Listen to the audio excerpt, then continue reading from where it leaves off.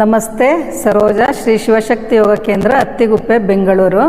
Warm up ಎಕ್ಸಸೈಸಲ್ಲಿ ಅಂದರೆ ಸರಳ ವ್ಯಾಯಾಮದಲ್ಲಿ ಏನೇನು ಬೆನಿಫಿಟ್ ಇದೆ ಅಂತ ಹೇಳ್ತೀನಿ. ಸಿಂಪಲ್ ಆಸನನೇ ಅಂತ ಅನ್ಕೋಬೋದು ನೀವು, ಅದರಲ್ಲಿ ಇದರಲ್ಲಿ ತುಂಬ ಲಾಭ ಇದೆ. ಈಗ ತಪ್ಪು ಮಾಡೋದನ್ನು ತೋರಿಸ್ತೀನಿ ನೋಡಿ. ಸೆಂಟ್ರಲ್ ಮಾಡ್ತಿರ್ತಾರೆ, ಇಲ್ಲಿ ಸ್ಟೂಡೆಂಟ್ಸ್ ಮಿಸ್ಟೇಕ್ ಮಾಡ್ತಿರ್ತಾರೆ, ಹೀಗೆ ಸುಮ್ಮನೆ ಹೀಗೆ ಮಾಡ್ತಾ ಇರ್ತಾರೆ. ಹೀಗೆ ಈ ಥರ ಮಾಡಿದಾಗ ಏನೂ ಪ್ರಯೋಜನ ಆಗೋಲ್ಲ. ಅಂದರೆ ಅಪ್ಪರ್ ಬಾಡಿ ಸ್ವಲ್ಪ ಈ ಥರ ಬೆಂಡ್ ಆಗಿರುತ್ತೆ. ಇದನ್ನು ಮಾಡಬೇಕಾದ್ರೆ ನೋಡಿ ಹೀಗೆ ಮಾಡಬೇಕು, ಅಂದರೆ ಇಲ್ಲಿಂದ ಸ್ಟ್ರೆಚ್ ಆಗಬೇಕು, ಇದನ್ನು ಒಳಗೆ ತಳ್ಳಬೇಕು ಆದಷ್ಟು. ಈಗಲೂ ಅಷ್ಟೇ ನೋಡಿ, ಈ ಥರ ಇದನ್ನು ಎಷ್ಟು ನೀವು ಒಳಗೆ ತಳ್ತೀರ, ಈ ಕಡೆ ರಿಪ್ಸ್ ಭಾಗ, ತೈಸ್ ಭಾಗ ಎಲ್ಲ ಚೆನ್ನಾಗಿ ಸ್ಟ್ರೆಚ್ ಆಯ್ತು. ಅಪ್ಪರ್ ಆರ್ಮ್ತಹ ತೋಳಿನ ಭಾಗದಲ್ಲಿರೋ ಫ್ಯಾಟು ಕರಗುತ್ತೆ ಇದು. ಮತ್ತು ಇನ್ನೊಂದು ಮಿಸ್ಟೇಕ್, ಹಿಂಗೆ ಕೈ ಮಡಿಸ್ಬಾರ್ದು. ಇದು ಕೈ ಚೆನ್ನಾಗಿ ನೋಡಿ ಹಿಂಗೆ ಸ್ಟ್ರೆಚ್ ಮಾಡ್ತಾ ಮೇಲಕ್ಕೆ ತೊಗೋಬೇಕು, ಸ್ಟ್ರೆಚ್ ಮಾಡ್ತಾ ಕೆಳಗೆ ಬಿಡಬೇಕು. ಈ ಥರ ಅಪ್ಪರ್ ಆರ್ಮ್ ಒಳಗೆ ಟರ್ನ್ ಮಾಡಬೇಕು. ಕೈನ ಕಿರುಬೆಳನ್ನು ಒಳಗೆ ತಿರುಗಿಸ್ಕೊಂಡು ಮಾಡಿದಾಗ ಏನಾಗುತ್ತೆ, ನಮಗೆ ಸ್ಟ್ರೆಚಿಂಗ್ ಚೆನ್ನಾಗಿ ಸಿಗುತ್ತೆ.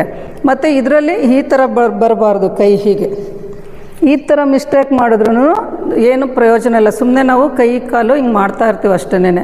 ಈಗ ಇದನ್ನು ಗೋಡೆ ಸಪೋರ್ಟ್ ತೊಗೊಂಡು ಮಾಡೋದ್ರಿಂದ ಎಷ್ಟು ಎಫೆಕ್ಟಿವ್ ಆಗಿರುತ್ತೆ ಅನ್ನೋದನ್ನು ತೋರಿಸ್ತೀನಿ ನೋಡಿ. ಗೋಡೆಯಿಂದ ಒಂದು 2-3 ಇಂಚ್ ಕಾಲು ಮುಂದೆ ಇಟ್ಕೋಬೇಕು.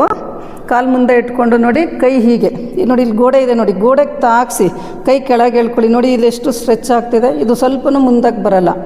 ಇದನ್ನು ನಾವು ಕೈಯಲ್ಲಿ ಗೋಡೆಗೆ ತಾಕಿಸೋ ಪ್ರಯತ್ನ ಮಾಡಿದಾಗ ಎರಡೂ ಭುಜ, ತಲೆ ಒಂದೇ ಲೈನಲ್ಲಿರುತ್ತೆ.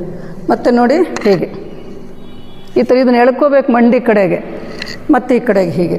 ಇದನ್ನೇ ಕಾಲು ದೂರ ಮಾಡಿಬಿಟ್ಟು ಮಾಡ್ಕೋಬೋದು ನೋಡಿ. ಈ ಥರ ಪಾದದ ಬೆಳೆ ಒಳಗೆ ತಿರುಗಿಸ್ಕೊಳ್ಳಿ.